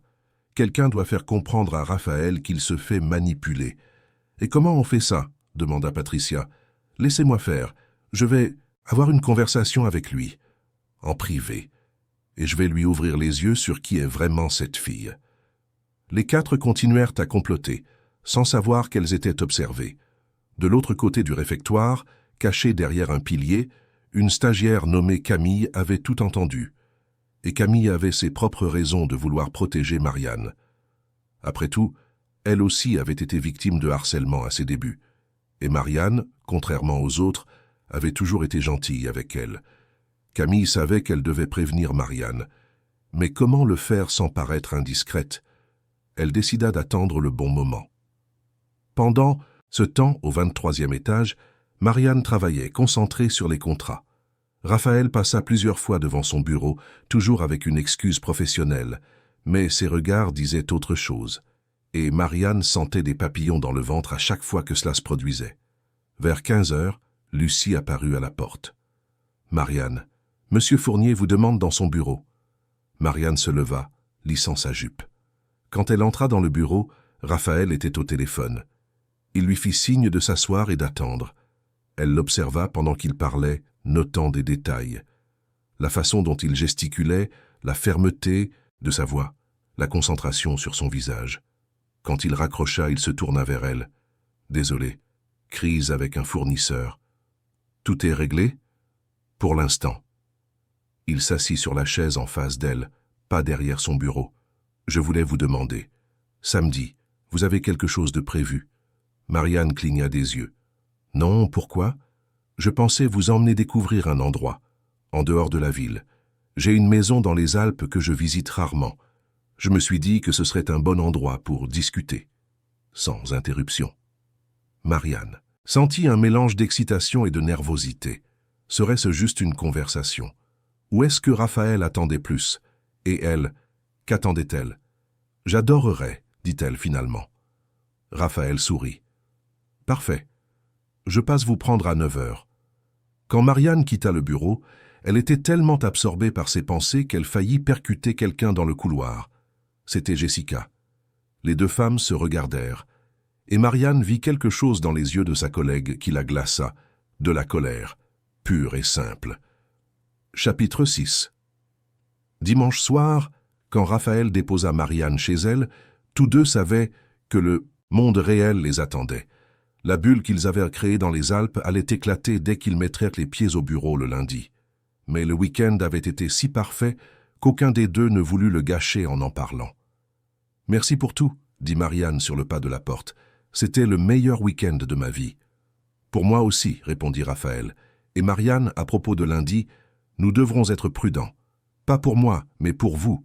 Je ne veux pas que votre réputation soit entachée. Je sais, nous resterons professionnels au bureau. » Il hocha la tête, mais prit sa main avant qu'elle ne sorte de la voiture. « Seulement au bureau. En dehors, je veux continuer à te voir. »« Moi aussi. » Ils se dirent au revoir d'un baiser rapide et Marianne monta dans son appartement le cœur léger. Mais en se couchant et en prenant son téléphone pour mettre son réveil, elle vit qu'elle avait plusieurs messages non lus. Ils provenaient de numéros inconnus. Curieuse et un peu inquiète, elle les ouvrit. Ce qu'elle vit la glaça. C'étaient des messages anonymes, tous sur le même ton. « Fais attention à ce que tu fais. Il va t'utiliser et te jeter. Tu n'es pas spécial. Tu n'es qu'une de plus. » Marianne sentit son estomac se nouer. Qui envoyait ça? Comment avait-il eu son numéro? Elle bloqua les contacts et tenta de dormir. Mais la nuit fut agitée, pleine de cauchemars. Le lundi matin, elle arriva au bureau déterminée à tout ignorer et à se concentrer sur son travail. Mais en entrant au 23e étage, elle remarqua que quelque chose était différent. Lucie l'accueillit avec une expression préoccupée. « Marianne, je dois vous prévenir d'une chose. Monsieur Fournier a eu une réunion d'urgence. Avec les RH ce matin. Jessica Prado a déposé une plainte formelle pour favoritisme. » Le monde de Marianne tourna. « Quoi ?» Elle a affirmé que vous recevez un traitement de faveur et des opportunités qui devraient être distribuées de manière plus équitable, et que cela crée un environnement de travail hostile pour les autres employés. Mais c'est absurde. Je travaille dur, je fais un excellent travail. Je sais, ma chérie, et Monsieur Fournier le sait aussi. Mais il doit suivre le protocole, il doit enquêter, c'est la procédure standard. » Marianne sentit les larmes lui monter, qu'aux yeux mais refusa de pleurer. « Où est-il ?»« Dans son bureau. Mais je pense qu'il vaut mieux que vous attendiez. Il n'est pas de très bonne humeur. » Marianne n'attendit pas. Elle se dirigea directement vers le bureau de Raphaël et entra sans frapper. Il était au téléphone, mais quand il la vit, il raccrocha immédiatement. « Marianne, vous avez entendu. Ce n'était pas une question. »« J'ai entendu. »« Et c'est à cause de nous ?»« À cause du week-end. » Raphaël se leva et s'approcha d'elle. « Non. C'est à cause d'une femme jalouse qui essaie de détruire quelque chose qu'elle ne comprend même pas. Mais je vais régler ça. » « Comment? Comment allez-vous régler ça sans confirmer exactement ce qu'elle insinue ?» Il resta silencieux, car tous deux savaient qu'elle avait raison. Toute défense qu'il ferait de Marianne maintenant paraîtrait suspecte, semblerait être une confirmation. « Peut-être que je ferais mieux de démissionner, » dit Marianne d'une voix tremblante, « avant que cela ne devienne un plus grand scandale. »« Non, absolument pas. Vous n'allez pas abandonner votre travail, votre carrière à cause de commérages. Je ne le permettrai pas. »« Vous ne pouvez pas me protéger de tout, Raphaël. Je peux essayer, et je le ferai. » Il lui prit les mains. « Tu me fais confiance ?» Marianne le regarda. Dans ses yeux, il y avait de la détermination, de la colère et aussi de la peur. « Je te fais confiance. Alors laisse-moi régler ça, à ma façon. » Quand Marianne quitta le bureau, elle tremblait. Elle retourna dans sa salle et essaya de travailler, mais il était impossible de se concentrer. Les mots des messages anonymes résonnaient dans sa tête. « Il va t'utiliser et te jeter. Tu n'es pas spécial. » Pendant ce temps, Raphaël convoqua une réunion extraordinaire avec le département des RH et Jessica.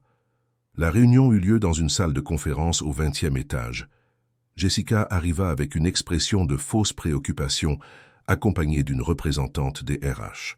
« Monsieur Fournier, je regrette vraiment d'avoir à faire cela, » commença Jessica. « Mais en tant qu'employé senior, je sens que j'ai la responsabilité de veiller à un environnement de travail sain. » Raphaël s'assit en bout de table avec une expression impassible. « Je comprends. Pouvez-vous détailler vos préoccupations ?» Jessica ouvrit un dossier. « C'est documenté ici. Mademoiselle Marianne Dubois a été embauchée il y a 2 ans comme analyste junior. Elle n'a jamais reçu de promotion ni de reconnaissance particulière. Soudain, Il y a 2 semaines, elle est promue assistante spéciale du PDG, obtient un bureau privé et a accès à des projets confidentiels. Tout cela sans passer par aucun processus de sélection interne. Et quel est le problème ? Demanda calmement Raphaël. Le problème, c'est que cela crée un précédent dangereux. D'autres employés tout aussi qualifiés n'ont pas eu la même opportunité. Et il y a des rumeurs. Elle hésita, feignant un malaise. Il y a des rumeurs, selon lesquelles cette promotion n'était pas basée sur le mérite professionnel. Des rumeurs, répéta Raphaël. Vous basez une plainte formelle sur des rumeurs? Ce ne sont pas que des rumeurs. Des témoins affirment vous avoir vus tous les deux dans des situations compromettantes. Raphaël se pencha en avant. Quel genre de situation? Jessica déglutit, réalisant qu'elle marchait sur un terrain miné. Des dîners, des voyages, de longues conversations privées. Je dîne avec plusieurs employés pour discuter de projets. Je voyage avec des membres de mon équipe lorsque c'est nécessaire. Et j'ai des conversations privées avec des dizaines de personnes chaque jour. Cela fait partie de mon travail. Avez-vous une preuve de quoi que ce soit d'inapproprié ou êtes-vous simplement en train de proférer des accusations infondées? La représentante des RH intervint. Monsieur Fournier, je comprends votre position. Mais la question ici n'est pas seulement celle d'une inconduite avérée, c'est une question de perception. Si d'autres employés croient qu'il y a du favoritisme, cela affecte le moral et la productivité. Raphaël s'adossa à sa chaise. Je vois. Alors faisons comme suit. Je vais soumettre le processus de promotion de Mademoiselle Dubois à un examen externe. Je ferai appel à des consultants indépendants pour évaluer son travail et déterminer si la promotion était justifiée. Si ce n'est pas le cas, j'annulerai moi-même la décision. Est-ce acceptable? Jessica cligna des yeux, ne s'attendant pas à cela. Oui, je pense que ce serait approprié. Parfait. Je considère donc l'affaire close jusqu'à la conclusion de l'examen. La réunion est terminée. Jessica sortit de la salle, frustrée. Cela ne s'était pas passé comme prévu. Elle s'attendait à ce que Raphaël se mette sur la défensive, qu'il montre des signes de culpabilité. Mais il avait été froid, calculateur, et avait retourné la situation.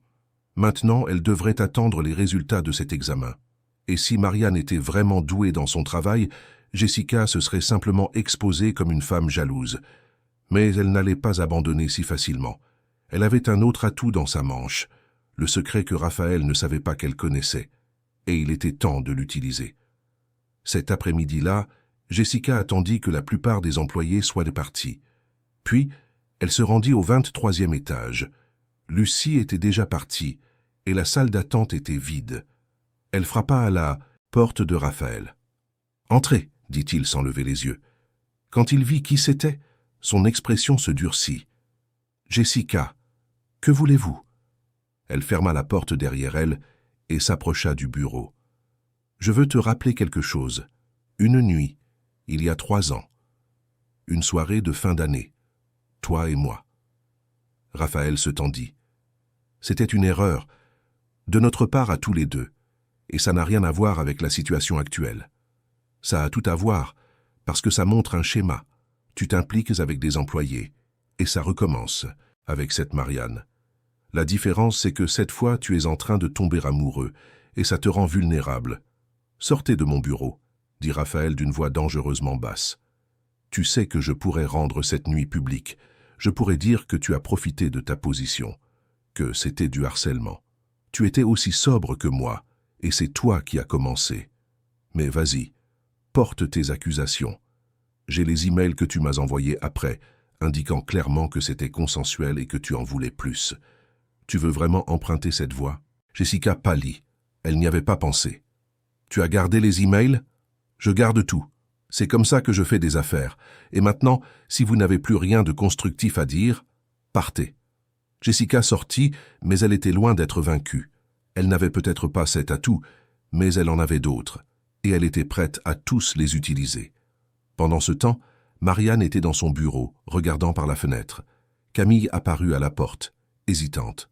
« Marianne, je peux entrer ?»« Bien sûr, Camille. » La stagiaire entra et ferma la porte.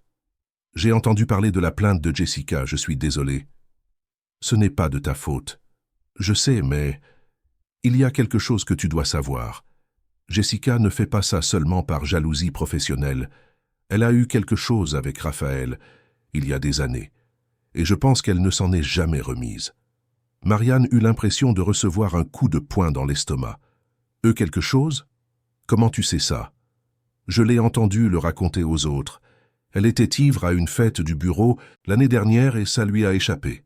C'était bref, mais c'est arrivé. Marianne resta silencieuse, digérant l'information. Raphaël avait mentionné avoir eu des relations qui ne signifiaient rien. Jessica en faisait-elle partie? C'était logique. Ça expliquait sa colère disproportionnée.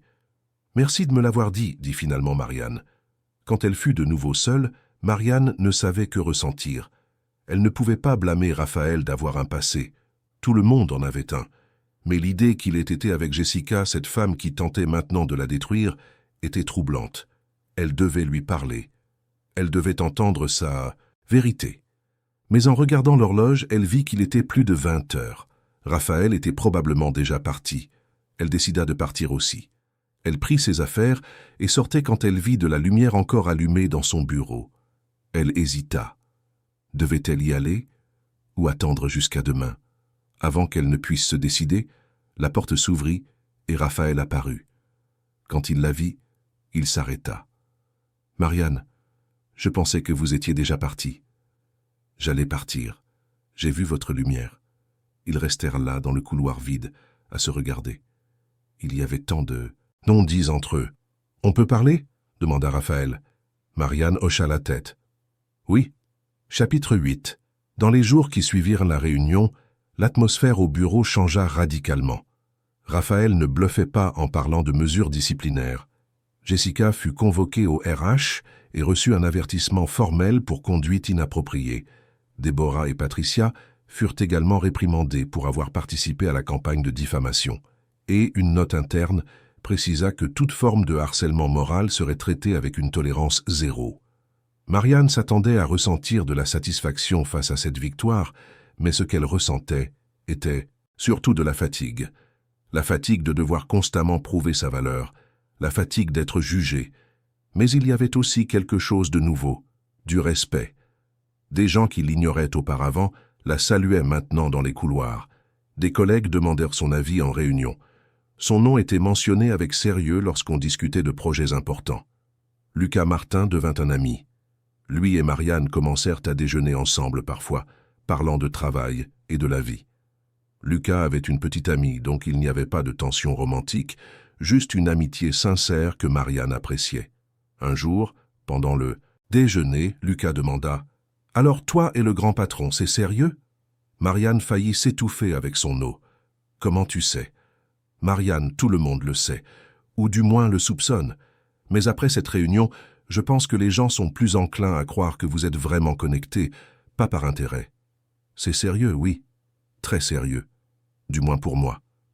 Et pour lui ?» Marianne réfléchit avant de répondre. « Je pense que oui. Il dit que oui.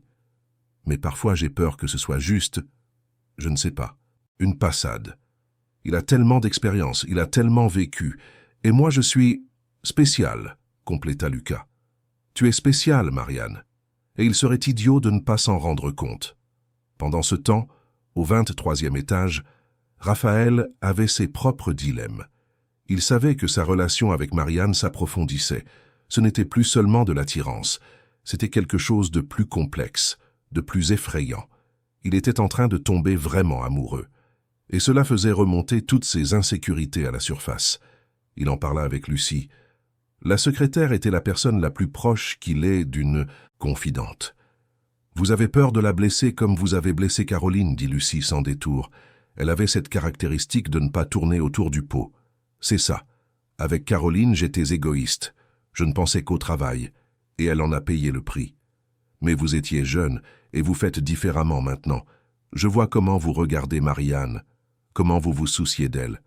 C'est bien, Raphaël. Et si ce n'est pas suffisant, et si je finis par la blesser aussi, alors vous dites que vous préférez ne jamais essayer? Vous préférez rester seul pour toujours par peur de faire une erreur. Ce n'est pas vivre, c'est juste exister. » Les mots de Lucie restèrent avec Raphaël. Elle avait raison. Il ne pouvait pas laisser la peur du passé détruire une chance d'avenir. Ce soir-là, Il emmena de nouveau Marianne dîner. Pas dans le restaurant chic cette fois, mais dans un endroit simple qu'elle avait mentionné aimer. Une pizzeria dans le 13e arrondissement, près de son appartement. Marianne fut touchée par le geste. « Tu n'as pas besoin de m'impressionner tout le temps, tu sais, » dit-elle pendant qu'il mangeait. « Je t'aime, tel que tu es. Je sais. Mais je veux mieux te connaître. Je veux connaître ton monde aussi, pas seulement te montrer le mien. » Ils parlèrent de tout. Marianne parla de sa famille, de la façon dont sa maison lui manquait parfois, d'entendre la voix de sa mère, du câlin de son père. Raphaël parla de la pression d'hériter d'un empire trop jeune, de la façon dont il avait perdu son adolescence dans des salles de réunion et des bilans financiers. « Tu regrettes ?» demanda Marianne. « D'avoir tout pris en charge si tôt ?»« Parfois, mais je... C'est aussi que je n'avais pas le choix. Mon père m'a fait confiance. Je ne pouvais pas le décevoir. »« Tu ne déçois jamais personne, Raphaël, sauf toi-même. » L'observation était trop profonde pour cette soirée légère. Raphaël resta silencieux, digérant. Marianne avait ce don de voir à travers lui d'une manière que personne d'autre ne pouvait. Quand il la raccompagna, il l'embrassa sur le pas de la porte. Un baiser long, profond, qui en disait plus que les mots. Quand ils se séparèrent, ils étaient tous les deux à bout de souffle. « Marianne, » dit-il en lui tenant le visage, « je dois te dire quelque chose. Je suis en train de tomber amoureux de toi, profondément. Et ça me fait peur parce que je ne sais pas si je suis assez bien pour toi. Mais je veux essayer. Je veux être meilleur. Pour toi. Pour nous. » Marianne sentit son cœur exploser d'émotion. « Tu n'as pas besoin d'être meilleur. Tu as juste besoin d'être toi. Et moi aussi, je suis en train de tomber amoureuse de toi. Peut-être que je le suis déjà complètement. » Ils s'embrassèrent à nouveau, et cette fois il y avait une promesse dans le baiser. La promesse qu'ils étaient ensemble là-dedans, quoi qu'il arrive. Mais ce qu'ils ne savaient pas, c'est que Jessica n'avait pas abandonné. L'avertissement formel n'avait fait qu'attiser sa colère. Elle avait perdu la bataille publique, mais n'était pas prête à perdre la guerre. Et elle avait un dernier plan. Un plan qui, s'il fonctionnait, détruirait non seulement la relation de Raphaël et Marianne, mais aussi leur réputation à tous les deux. Elle avait réussi à accéder aux emails internes de Raphaël grâce à un contact au service informatique. C'était techniquement illégal, mais elle ne se souciait plus des légalités. Et ce qu'elle trouva était de l'or. Des emails échangés entre Raphaël et Marianne pendant les heures de travail. Rien d'explicitement sexuel, mais assez affectueux pour soulever des questions. Si contextualisé de la bonne manière, il pourrait apparaître comme la preuve d'une relation inappropriée, ayant commencé alors que Marianne était encore une simple employée, avant sa promotion. Jessica compila les emails dans un dossier et l'envoya anonymement à un journaliste d'un site d'information économique connu pour publier des scandales d'entreprise. Dans l'email anonyme, elle alléguait du népotisme et du favoritisme sexuel dans une grande entreprise parisienne. Le journaliste, toujours à la recherche d'une bonne histoire, commença à enquêter. Il contacta l'entreprise pour obtenir des commentaires, et c'est ainsi que Raphaël sut que la tempête était loin d'être terminée. La nouvelle arriva un mercredi matin. Raphaël reçut un appel du service de communication l'informant qu'un journaliste posait des questions compromettantes. Il convoqua immédiatement une réunion de crise avec les avocats et l'équipe de relations publiques. Marianne ne l'apprit que des heures plus tard, quand Raphaël l'appela dans son bureau. Elle réalisa immédiatement que quelque chose n'allait pas. Il semblait tendu, fatigué. « Qu'est-ce qui s'est passé ?» demanda-t-elle. « Quelqu'un a fait fuiter nos emails, les personnels, à la presse. Ils préparent un article sur nous. » Marianne sentit le sol se dérober sous ses pieds. « Comment? Qui ferait ça? J'ai une bonne idée de qui c'est. Mais ça n'a pas d'importance maintenant. Ce qui compte, c'est comment nous allons gérer ça. » Qu'ont dit les avocats? Que nous avons deux options. Nous pouvons tout nier, dire que les emails ont été sortis de leur contexte, que nous ne sommes que des collègues professionnels, ou nous pouvons assumer publiquement notre relation et faire face aux conséquences. Marianne s'assit, sentant ses jambes flageoler. « Et que penses-tu que nous devrions faire ?» Raphaël se dirigea vers la fenêtre, regardant la ville en contrebas. « Ça dépend de toi. Si nous nions, ta réputation est plus protégée. Tu ne seras pas vue comme la femme qui s'est impliquée avec son patron, Mais cela signifie que nous devrons cacher notre relation indéfiniment, peut-être même rompre publiquement. Et si nous assumons? Alors tu feras face au jugement. Les gens diront des choses horribles. Ta vie deviendra une nouvelle. Mais nous serons honnêtes, et nous pourrons vivre ouvertement. Marianne resta silencieuse, te réfléchissant. C'était un choix impossible. Se protéger ou protéger leur relation, la sécurité ou la vérité. Finalement, elle se leva et alla vers Raphaël. Elle le regarda dans les yeux et dit « Je te choisis, je nous choisis, je choisis la vérité. Peu importe ce que les gens diront. » Raphaël la serra fort dans ses bras. « Tu es sûr? Parce qu'il n'y a pas de retour en arrière une fois que nous aurons assumé. » « J'en suis sûr. J'en ai assez de me cacher. Assez d'avoir honte de quelque chose qui est bon et vrai. Alors faisons-le, ensemble. » Ils préparèrent un communiqué officiel.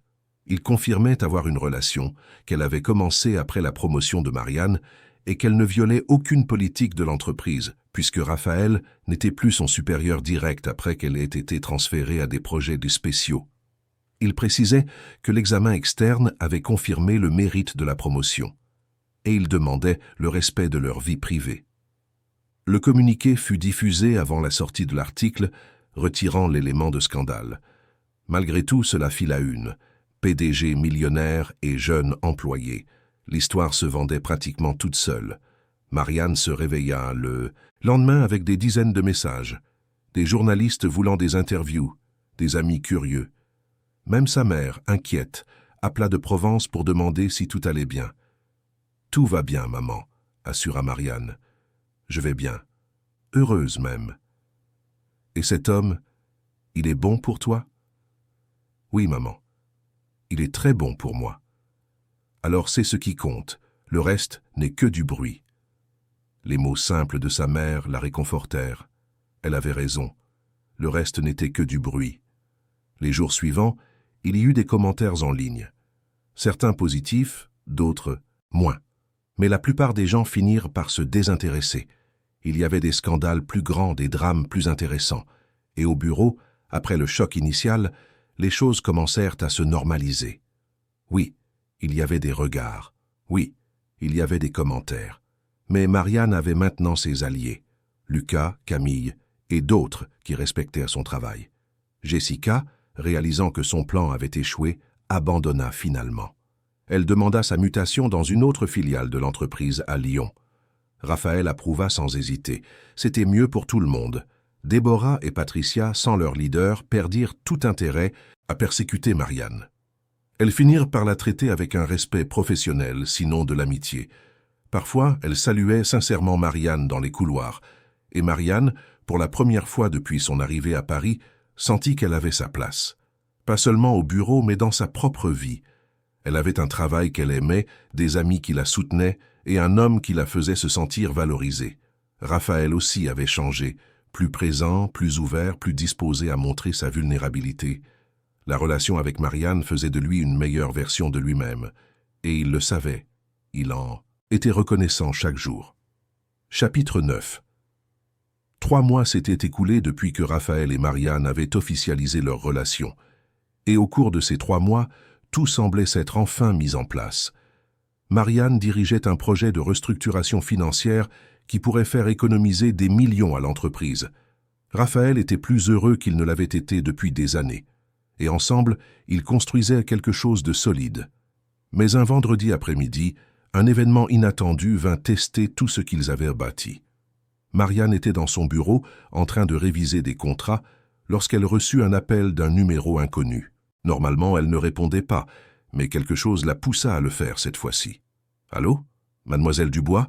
Ici la clinique Sainte-Hélène. Nous avons une patiente ici, Caroline Martin, qui a demandé que nous appelions ce numéro. » Le monde de Marianne s'arrêta. Caroline, le nom de la femme que Raphaël avait aimée, la femme qui était morte. Du moins, c'est ce qu'il pensait. « Il doit y avoir une erreur, » dit Marianne d'une voix tremblante. « La personne que vous cherchez, elle est décédée il y a de nombreuses années. »« Non, mademoiselle. Madame Martin est bien vivante. Elle a subi un grave accident de voiture il y a 10 ans et est restée dans le coma. Elle s'est réveillée il y a 6 mois et suit une rééducation chez nous. Elle a demandé que nous retrouvions Raphaël Fournier, mais nous n'avons pas réussi à le joindre directement. Nous avons trouvé votre nom dans des articles récents le concernant et avons pensé que vous pourriez nous aider. » Marianne s'assit, prise de vertige. Était-ce réel? Caroline était vivante. Comment était-ce possible? Et pourquoi la clinique l'appelait-elle, elle? Je vais parler à Raphaël. Merci beaucoup d'avoir appelé. » Après avoir raccroché, Marianne resta paralysée. Comment allait-elle annoncer ça à Raphaël? Que la femme qu'il avait aimée, qu'il avait pleuré, qu'il avait cru morte pendant 10 ans, était vivante? Et qu'est-ce que cela signifiait pour eux? Elle avait besoin de temps pour digérer, mais elle n'en avait pas. Raphaël devait savoir. Immédiatement. Elle se leva et se dirigea vers son bureau, les jambes flageolantes. Raphaël était au téléphone, mais en voyant l'expression de Marianne, il raccrocha aussitôt. « Qu'est-ce qui s'est passé? Tu es toute pâle. » Marianne ferma la porte et s'assit. « Raphaël, je viens de recevoir un appel. De la clinique Sainte-Hélène. C'est à propos de Caroline. » Le visage de Raphaël blêmit. « Caroline? Pourquoi une clinique appellerait-elle à son sujet? Parce qu'elle n'est pas morte, Raphaël. Elle est vivante. Elle a été dans le coma pendant 10 ans et s'est réveillée il y a 6 mois. » Raphaël resta complètement immobile. Quand il parla, sa voix était méconnaissable. « Ce n'est pas possible. J'étais à l'enterrement. J'ai vu... » « Tu as vu quoi, Raphaël? Tu as vu son corps. » Il resta silencieux. Et Marianne vit la réponse dans ses yeux. Non, il ne l'avait pas vu. Le cercueil était fermé. On lui avait dit que c'était mieux ainsi, que l'accident avait été trop grave. Et lui, trop dévasté pour poser des questions, avait cru. « Comment est-ce possible ?» murmura-t-il. « Comment sa famille a-t-elle pu me mentir ?» Marianne n'avait pas de réponse. Elle n'avait que ses propres questions. Des questions qui la terrifiaient. « Raphaël, qu'est-ce que ça signifie pour nous ?» Il la regarda comme s'il avait oublié qu'elle était là. « Je ne sais pas. Je dois la voir. Je dois comprendre ce qui s'est passé. Je viens avec toi. » « Non. Je dois faire ça seule. » Les mots transpercèrent Marianne comme un couteau. Mais elle comprit, ou essaya de comprendre. C'était plus grand qu'elle, plus grand qu'eux. « D'accord. Mais Raphaël, promets-moi une chose. Promets-moi que tu reviendras, qu'on en parlera. » Il lui prit la main. « Je te le promets. » Mais quand il quitta la pièce, Marianne n'était pas sûre de croire à sa promesse. Raphaël conduisit jusqu'à la clinique Sainte-Hélène en état de choc. Son esprit était en ébullition. Caroline était vivante. Comment? Pourquoi? Et pourquoi sa famille lui avait-elle menti? À son arrivée à la clinique, il fut reçu par une médecin qui lui expliqua la situation. Caroline avait subi un grave traumatisme crânien dans l'accident. Les médecins avaient dit à la famille que les chances qu'elle se réveille étaient minimes. La famille, ne voulant pas que Raphaël reste prisonnier d'un espoir impossible, avait décidé de lui dire qu'elle était décédée. Ils avaient même organisé des funérailles symboliques. C'était un mensonge cruel, mais ils pensaient faire ce qu'il y avait de mieux. Et maintenant, elle... « Je demande à me voir ?» demanda Raphaël. « Oui, vous êtes l'une des premières choses qu'elle a mentionnées à son réveil. Elle ne sait pas encore que vous l'avez crue morte toutes ces années. » Raphaël demanda quelques minutes avant de la voir. Il s'assit dans une salle d'attente, essayant de mettre de l'ordre dans le tourbillon d'émotions. La colère face au mensonge, le choc de la savoir vivante, la culpabilité d'avoir refait sa vie, et la peur de ce qu'il ressentirait en la voyant. Quand il entra enfin dans la chambre, Caroline était assise sur une chaise près de la fenêtre. Elle avait changé. Ses cheveux étaient le plus courts, elle avait des cicatrices visibles sur le visage et les bras. Mais c'était elle, incontestablement elle. Quand elle le vit, ses yeux s'emplirent de larmes. Raphaël. Il ne put parler. Il s'approcha simplement, s'agenouilla devant elle et lui prit les mains. Et il pleura. Il pleura pour tout ce qu'il avait perdu, pour toutes les années volées, pour toute la douleur. Ils parlèrent pendant des heures. Elle raconta son réveil sans savoir où elle était, sans comprendre ce qui s'était passé. La découverte qu'elle avait perdu 10 ans de sa vie. Comment la première chose qu'elle avait voulu était de le voir. Et il raconta comment il l'avait crue morte, comment il s'était fermé au monde, Et finalement, il parla de Marianne. Caroline écouta en silence. Quand il eut fini, elle dit « Tu es tombé amoureux d'elle, ce n'était pas une question. »« Oui, admit-il, je suis tombé amoureux. »« Et elle de toi ?»« Oui. »« Alors tu dois retourner auprès d'elle. Tu ne peux pas laisser mon passé détruire ton avenir. »« Mais et toi ? J'ai passé 10 ans à te croire, morte, et maintenant tu es là, vivante. Comment puis-je simplement tourner la page ?» Caroline eut un sourire triste. « Raphaël, nous étions des enfants quand nous étions ensemble. J'avais 26 ans, tu en avais 28. Nous avions des rêves, mais aussi des problèmes. Tu te souviens des disputes, des fois où je me plaignais que tu privilégiais le travail? Nous étions amoureux, mais je ne sais pas si nous aurions été heureux pour toujours. Tu n'en sais rien. Non, je n'en sais rien. Mais je sais que 10 ans ont passé. Tu as changé. J'ai changé. Et il y a une femme dehors qui t'aime maintenant, pas il y a 10 ans. Ce ne serait juste pour aucun de nous d'essayer de reconstruire quelque chose qui n'a peut-être jamais été aussi solide que dans nos souvenirs. » Raphaël resta silencieux, absorbant ses paroles. Une partie de lui savait qu'elle avait raison, mais une autre partie, celle qui avait porté la culpabilité et la douleur si longtemps, ne voulait pas lâcher prise. « Je suis désolé, » dit-il finalement, « pour tout, de ne pas m'être battu davantage, d'avoir cru si facilement, d'avoir continué. Ne le sois pas. Tu as vécu, c'est tout ce que j'aurais pu souhaiter. Maintenant va, retourne auprès d'elle, et sois heureux, pour nous deux. » Quand Raphaël quitta la clinique, il faisait déjà nuit. Il conduisit sans but pendant un moment, digérant tout.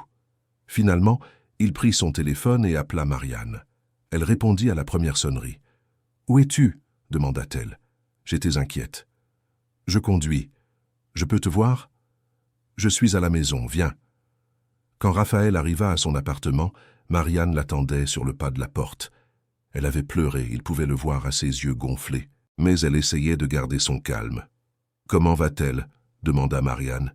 « Vivante, différente, mais vivante. » « Et qu'est-ce qu'elle a dit ?» Raphaël raconta tout. La conversation, ce que Caroline avait dit, la décision de la famille. Et Marianne écouta tout sans l'interrompre. Quand il eut fini, elle posa la seule question qui comptait. « Qu'est-ce que tu ressens maintenant ?» Raphaël la regarda, cette femme courageuse qui était entrée dans sa vie et avait tout changé. « Je sens que j'ai passé 10 ans à vivre dans le passé et que maintenant, enfin, j'ai la chance de vivre au présent. Avec toi, si tu veux encore de moi. » Marianne sentit les larmes couler. « Bien sûr que je veux de toi. Mais Raphaël, je dois savoir. Tu es sûr? Parce que si une partie de toi est encore avec elle, si tu as des doutes, je préfère le savoir maintenant. » « Je n'ai aucun doute. Caroline fait partie de mon passé, un passé que je porterai toujours. Mais toi, Marianne, tu es mon présent.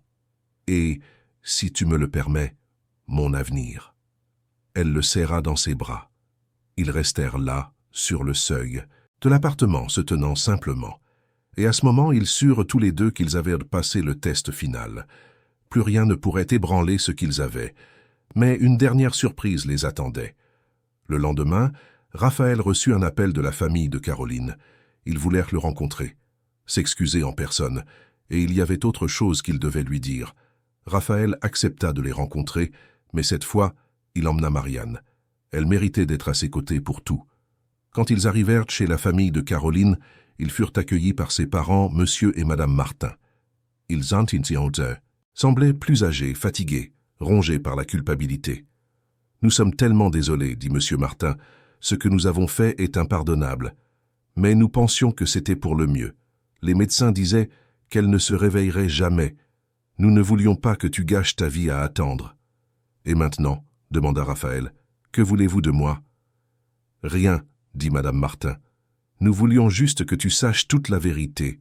Caroline ne veut pas reprendre sa relation avec toi. Elle commence une nouvelle vie, se concentre sur sa rééducation. Et elle nous a demandé de transmettre un message. » Elle tendit une enveloppe à Raphaël. À l'intérieur, il y avait une lettre écrite de la main tremblante de Caroline. Raphaël la lut en silence, avec Marianne à ses côtés. La lettre disait « Raphaël, Merci de m'avoir aimé. Merci d'avoir gardé ma mémoire avec tant de tendresse. Mais il est maintenant temps de laisser partir. Nous sommes des personnes différentes de ce que nous étions. Et tu as trouvé quelqu'un qui te rend heureux tel que tu es aujourd'hui. Ne gâche pas ça par loyauté envers un fantôme. Sois heureux, c'est tout ce que j'ai toujours voulu pour toi. Quand il eut fini de lire, Raphaël plia soigneusement la lettre et la rangea. Il regarda Marianne, qui avait les larmes aux yeux, et il sut qu'enfin, après 10 ans, il était libre. Libre du passé, libre de la culpabilité, libre d'aimer pleinement. Chapitre 10. 6 mois après les retrouvailles avec Caroline, la vie de Marianne et Raphaël avait trouvé un nouvel équilibre. L'épisode, aussi douloureux qu'il ait été, avait en réalité renforcé leur relation. Ils avaient affronté le passé ensemble et en étaient sortis plus unis que jamais. C'était comme si cette épreuve finale avait cimenté quelque chose entre eux, quelque chose d'inébranlable.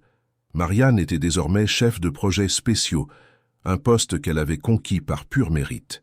Son travail de restructuration financière avait permis à l'entreprise d'économiser 15 millions d'euros la première année.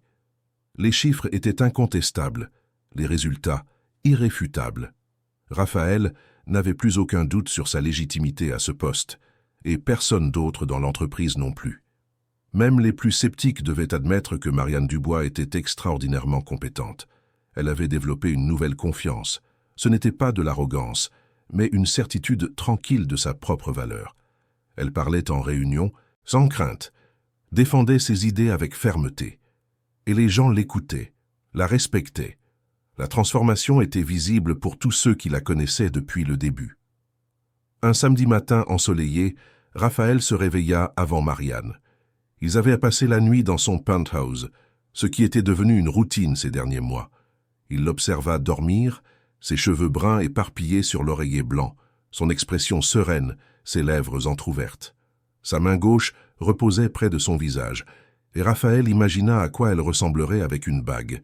Et il sut qu'il était temps, il était plus que temps.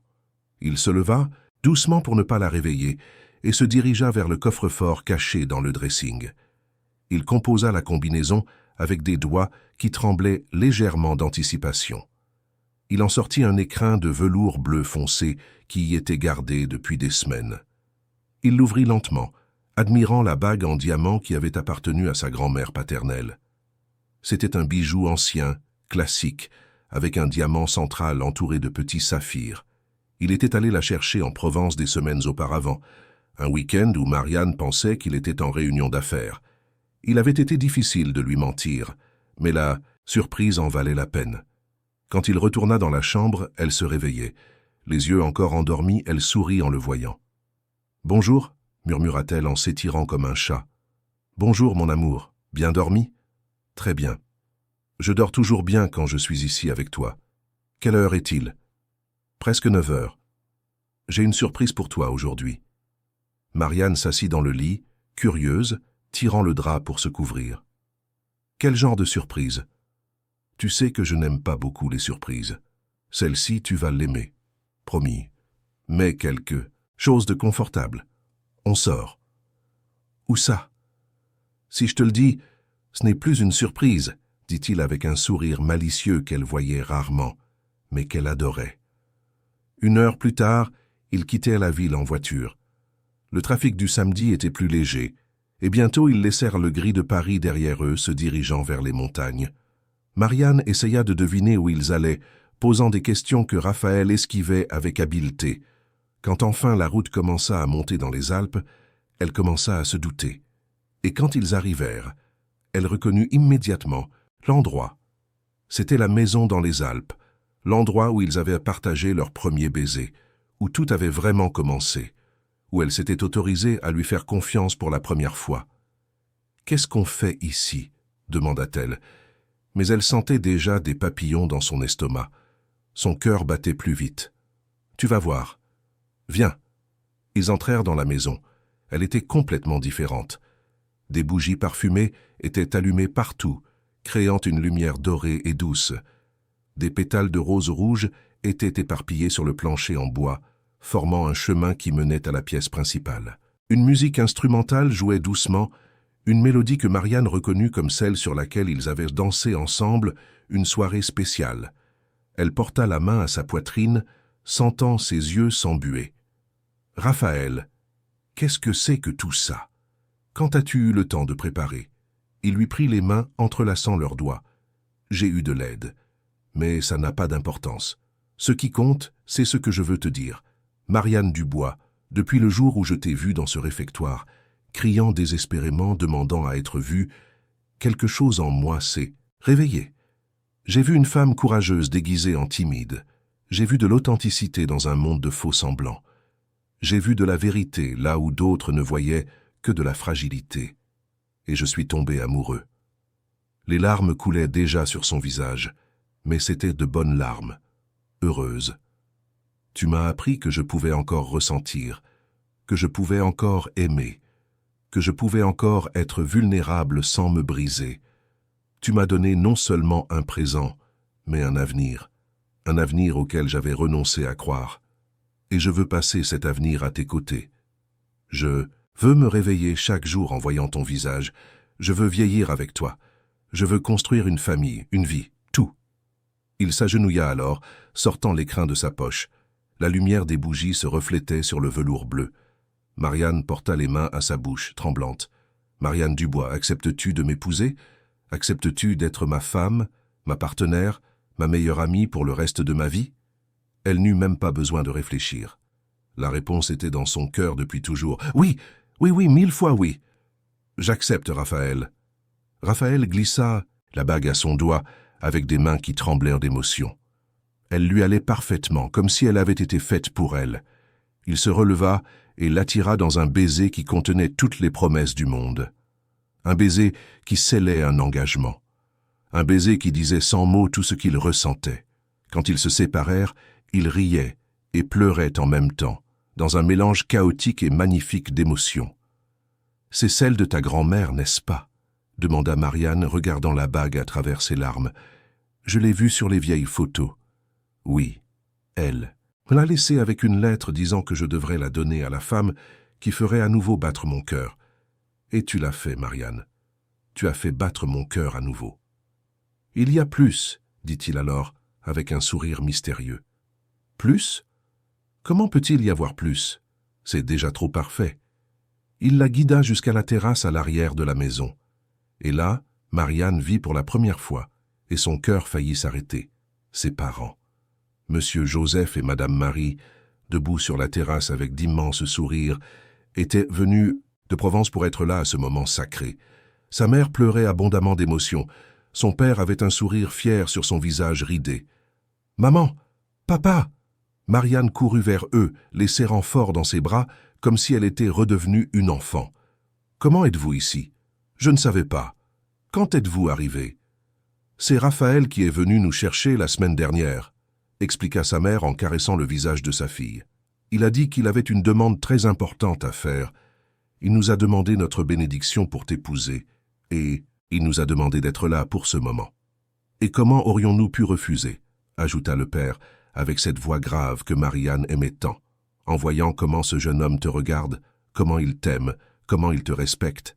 Il m'a rappelé comment je regardais ta mère quand nous étions jeunes. » Le père de Marianne s'approcha alors de Raphaël et lui tendit la main. Mais au lieu d'une poignée de main, il l'attira dans une étreinte serrée. « Prends bien soin de ma fille. Elle est ce que nous avons de plus précieux. De ma vie, monsieur Joseph. Je vous promets d'honorer cette confiance chaque jour. » Ils passèrent à la journée là, tous les quatre, discutant sur la terrasse, riant d'anciennes histoires, planifiant l'avenir. Les parents de Marianne racontèrent des histoires de son enfance qui la firent rougir adorablement. Comment elle avait été timide depuis toute petite, toujours cachée derrière les jambes de sa mère. Comment elle avait pleuré le premier jour d'école. Comment elle avait mis des années à se faire des amis. Mais aussi comment elle avait été studieuse, dévouée, responsable dès son plus jeune âge. Raphaël parla de ses projets pour l'avenir, pas seulement professionnels, mais surtout personnels. Il voulait fonder une famille, avoir des enfants qui pourraient jouer dans cette maison des Alpes, leur enseigner les valeurs que son père lui avait transmises, leur donner l'amour qu'il avait parfois eu l'impression de perdre en grandissant trop vite. Il voulait tout ce qu'il avait cru ne jamais avoir, toutes les choses simples que l'argent ne pouvait pas acheter. Madame Marie prépara le déjeuner, insistant pour cuisiner même en vacances. Elle prépara les plats provençaux que Marianne aimait et dont elle avait la nostalgie. Daube, ratatouille, aioli. L'arôme emplit la maison et ramena d'heureux souvenirs d'enfance. Pendant le repas, Raphaël posa des questions sur le village natal de Marianne, montrant un intérêt sincère. Il voulait connaître l'endroit où elle avait grandi, où elle s'était formée, où elle avait rêvé pour la première fois d'une vie à Paris. Quand les parents de Marianne se retirèrent dans la chambre d'amis après le dîner, fatigués du voyage et de la journée émouvante, elle et Raphaël restèrent seuls sur la terrasse, observant les étoiles qui brillaient intensément, sans la pollution lumineuse de la ville. « Je n'arrive toujours pas à croire que c'est en train d'arriver, » dit Marianne, regardant la bague qui brillait à son doigt, sous la lumière de la lune. « Il y a un an, j'étais invisible. On se moquait de moi. Je pensais que je ne serais jamais vraiment vu, que je ne serais jamais aimé de cette façon. Et maintenant, je me sens vu, valorisé, aimé d'une manière que je ne savais même pas possible. C'est toi qui m'as donné ça, Raphaël. Tu m'as donné non seulement de l'amour, mais aussi de la confiance. Tu m'as appris à me valoriser. Non, corrigea-t-il doucement en la rapprochant. Tu as toujours été digne d'être vu. Tu as toujours eu cette valeur. J'ai juste eu la chance de prêter attention quand tu as finalement décidé de te montrer, quand tu as eu le courage de crier, d'exiger d'être reconnu. Ils restèrent là pendant des heures, parlant du mariage, de comment il serait, où il aurait lieu, qui ils inviteraient. Marianne voulait quelque chose d'intime, de spécial. Raphaël était d'accord. Ils n'avaient pas besoin de centaines de personnes. Ils avaient juste besoin des personnes qui comptaient vraiment. Ils se marièrent 3 mois plus tard, lors d'une cérémonie intime et émouvante, dans la même maison des Alpes. Le jardin était décoré de fleurs sauvages et de guirlandes lumineuses suspendues aux arbres. Seule la famille proche et les vrais amis furent invités. Lucas Martin était le témoin, fier d'être là aux côtés de l'homme qu'il avait appris à respecter. Camille était la demoiselle d'honneur, rayonnante de voir son amie si heureuse. Même Lucie était là, pleurant à chaudes larmes pendant la cérémonie, comme si elle était la mère du marié, émue de voir l'homme dont elle s'était occupée pendant tant d'années trouver enfin le bonheur. Marianne fit son entrée au son d'un violon, guidée par son père qui avait les larmes aux yeux. Sa robe était simple mais élégante, en dentelle blanche, avec une traîne discrète. Quand Raphaël la vit, il dut lutter pour contenir son émotion. Elle était absolument magnifique. Les vœux étaient personnels, écrits par eux-mêmes. Marianne promit d'être sa partenaire en tout, dans les bons jours comme dans les mauvais. Elle promit de continuer à le défier d'être meilleur, de ressentir plus, de vivre pleinement. Raphaël promit d'honorer sa confiance, de protéger son cœur, et de l'aimer avec la même intensité pour le reste de leur vie. La nouvelle du mariage arriva au bureau le lundi suivant. Et à la surprise de Marianne, la réaction fut majoritairement positive. Les gens avaient vu à quel point elle travaillait dur, comment elle avait prouvé sa valeur à maintes reprises au fil des mois, et ils voyaient aussi comment Raphaël avait changé. Il était plus présent en réunion, plus humain dans ses interactions, plus heureux d'une manière qui irradiait. Jessica, qui travaillait toujours à la filiale de Lyon, apprit la nouvelle par des collègues et ressentit une pointe de quelque chose qui n'était pas tout à fait de la jalousie. C'était plutôt un profond regret. Le regret d'avoir gaspillé tant de temps et d'énergie à essayer de détruire quelque chose de sincère et de bon. Elle ne s'excusa jamais formellement, mais ne causa plus jamais de problème non plus. Finalement, elle trouva son propre chemin et apprit de ses erreurs. Déborah et Patricia, qui étaient restées dans l'entreprise, apprirent finalement à respecter Marianne. Elles ne devinrent jamais des amies proches, mais l'hostilité laissa place à une coexistence professionnelle civilisée et même cordiale.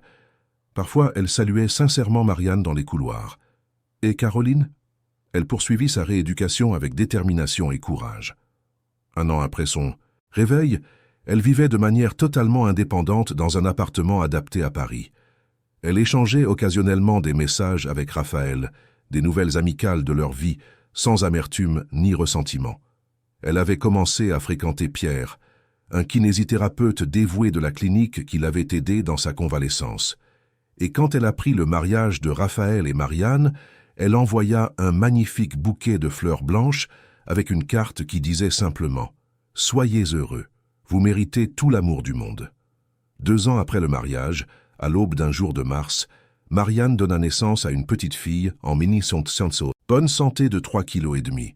Ce fut un accouchement long mais sans complications. Quand l'infirmière plaça le bébé dans les bras de Raphaël pour la première fois, il pleura sans retenue. Ils l'appelèrent Caroline Marie, un hommage au passé qui avait permis le futur et à la grand-mère qui l'avait accueillie avec tant d'amour. « Tu vas bien ?» demanda Marianne depuis son lit, épuisée mais radieuse. « Je vais parfaitement bien. Elle est parfaite. Tu es parfaite.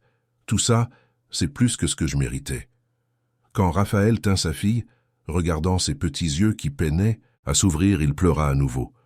Il pleura pour tout ce qu'il avait perdu au fil des ans, mais surtout pour tout ce qu'il avait gagné, pour cette seconde chance, pour cette famille, pour cet amour. Marianne, observant son mari avec leur fille nouveau-née, sentit une paix profonde combler chaque espace vide qui avait un jour existé dans son cœur.